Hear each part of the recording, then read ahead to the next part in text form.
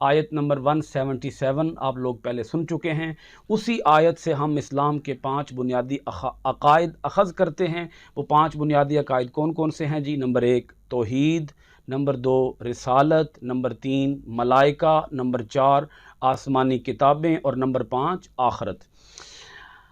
اب اس کے بعد ہم یہ جانیں گے کہ جو سب سے پہلا بنیادی عقیدہ ہے اس کا نام ہے توحید.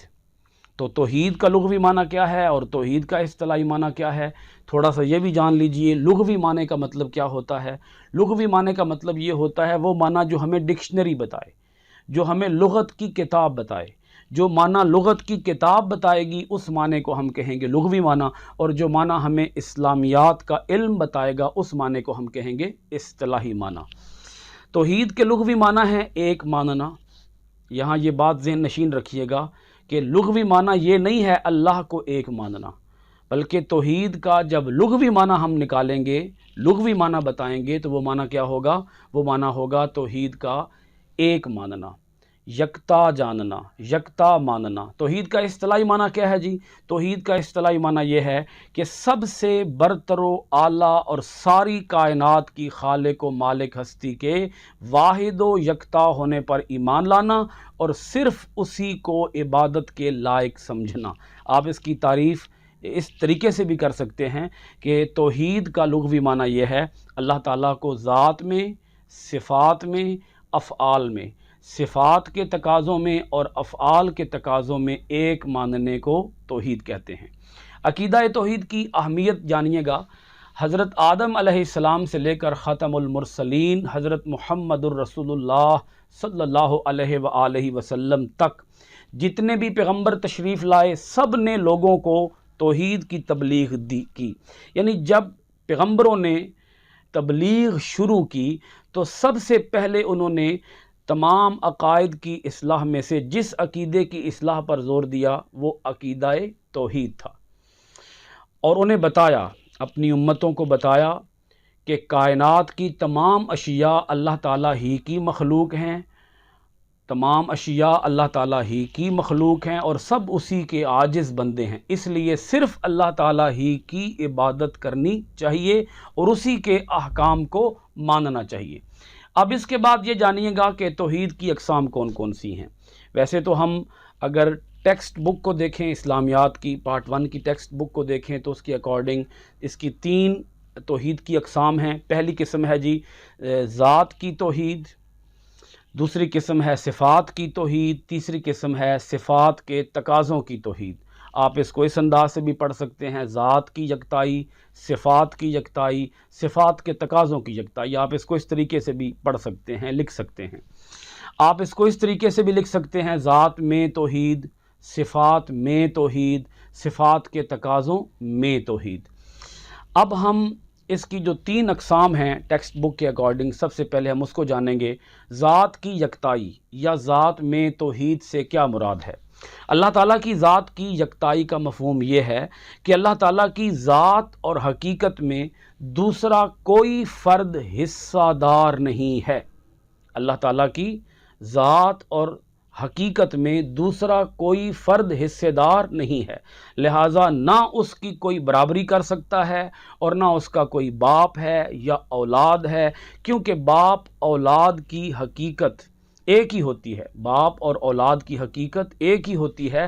جب اللہ تعالیٰ کی حقیقت میں کوئی شریک نہیں تو نہ اللہ تعالیٰ کسی کا بیٹا ہے، نہ اللہ تعالیٰ کسی کی بیٹی ہے، اور نہ اللہ تعالیٰ کا کوئی بیٹا ہے اور نہ اللہ تعالیٰ کی کوئی بیٹی ہے.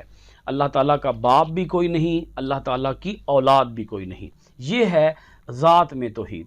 اب اس کے بعد میں آپ سب خواتین و حضرات اور طلباء و طالبات کی خدمت میں عرض کروں گا کہ توحید کے اوپر قرآن مجید کی وہ صورت جو کہ جامع ترین صورت ہے، جو ذات میں توحید کو بیان بھی کر رہی ہے اور اس کے ساتھ ساتھ پورے جو ہمارا جو فلسفہ توحید ہے اس توحید کے پورے مضمون کو بیان کر رہی ہے. اس سورہ توحید کو سورہ اخلاص بھی کہتے ہیں اور یہ بڑی جامع ترین صورت مانی جاتی ہے. قل هو اللہ احد اللہ الصمد لم یلد ولم یولد ولم یکن لہ کفوا احد. سورہ اخلاص ہے جی یہ، آپ سب حضرات کو یہ سورہ اخلاص یقیناً زبانی یاد ہوگی، اس کا ترجمہ بھی یاد ہوگا۔ آپ کہہ دیجئے، قل آپ کہہ دیجئے، هو اللہ احد، وہ اللہ ایک ہے، اللہ الصمد، اللہ بے نیاز ہے، لم یلد ولم یولد، نہ اس کی کوئی اولاد ہے نہ وہ کسی کی اولاد ہے، ولم یکن لہ کفوا احد، اور نہ کوئی اس کے برابر کا ہے۔ دوسرے نمبر پر جو توحید کی قسم آتی ہے وہ ہے صفات کی یکتائی۔ صفات باری تعالیٰ کی یکتائی کا مفہوم یہ ہے کہ اللہ تعالیٰ ایسی صفات کاملہ کا مالک ہے، ایسی مکمل صفات کا مالک ہے جو کسی اور فرد میں موجود نہیں۔ وہ اپنے علم، اپنی قدرت، اپنے ارادہ، اپنے سمع، اپنے بصر، الغرض ہر صفت میں یکتا بھی ہے اور بے مثل بھی ہے۔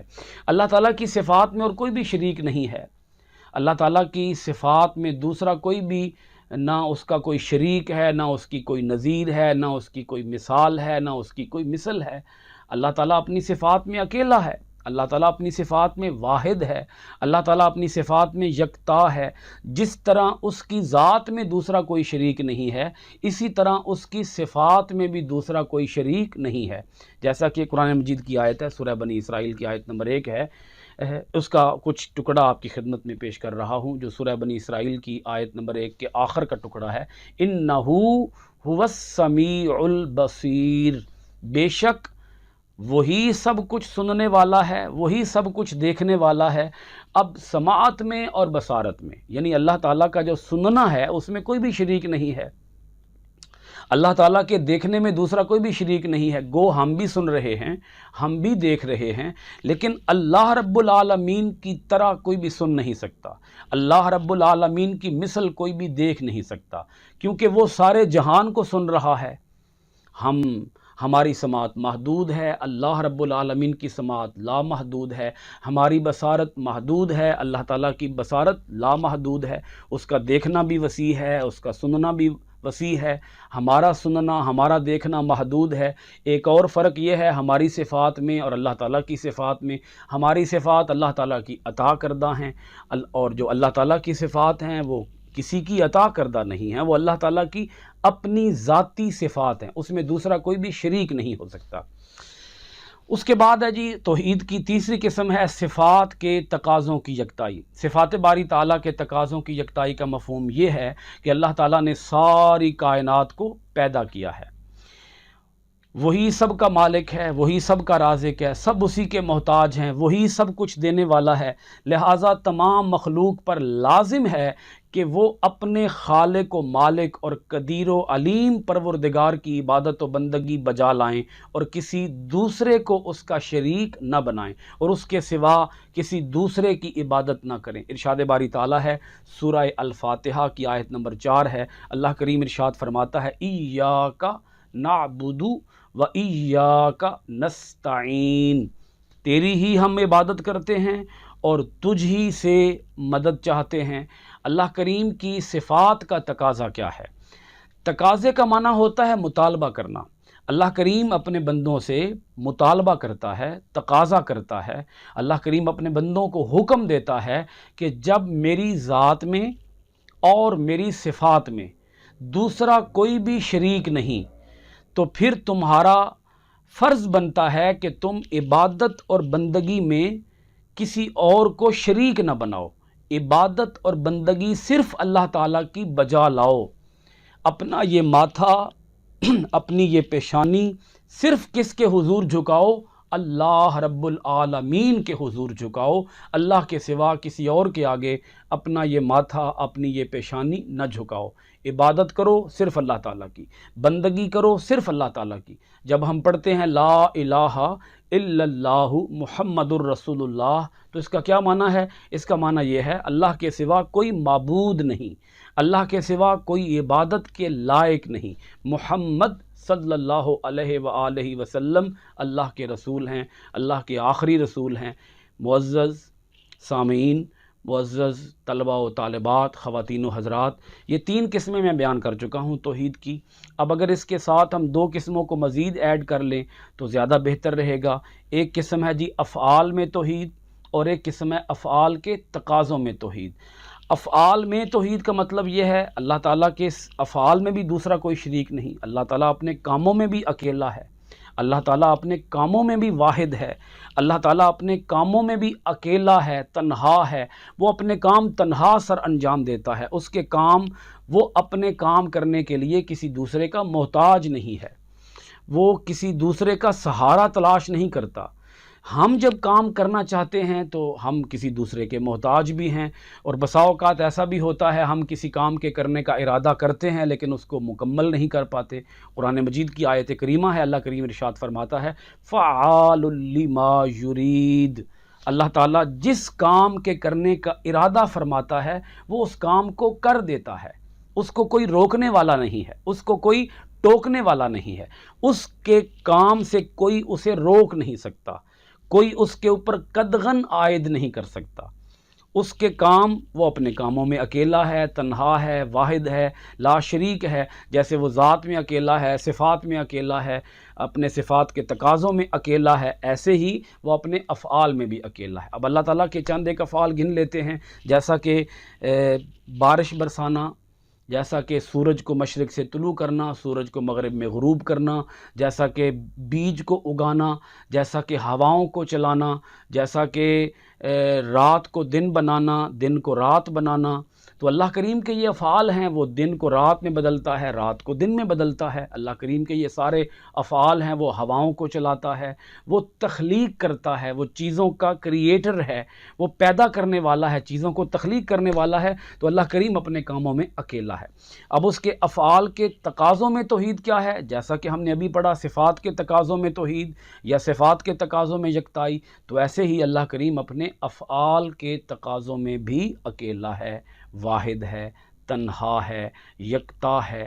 جیسا کہ ہم بندگی صرف کس کی کرتے ہیں؟ اللہ کریم کی بندگی کرتے ہیں، تو ایسے ہی ہم اللہ کریم کی بندگی میں کسی کو شریک نہیں کریں گے۔ یہ جو اللہ تعالیٰ کو واحد ماننا عبادت کے اندر، اس کو معبود حقیقی ماننا اور اس کے سوا کسی کو معبود حقیقی نہ ماننا، یہی صفات کے تقاضوں میں توحید ہے اور یہی افعال کے تقاضوں میں توحید ہے۔ ہم نے اسلام کے بنیادی عقائد میں سے پہلا عقیدہ آج ہم نے پڑھ لیا ہے۔ پہلا عقیدہ کیا تھا؟ عقیدہ توحید تھا۔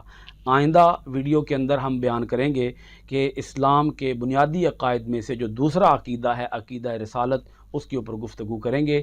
بہت شکریہ۔ السلام علیکم ورحمۃ اللہ وبرکاتہ۔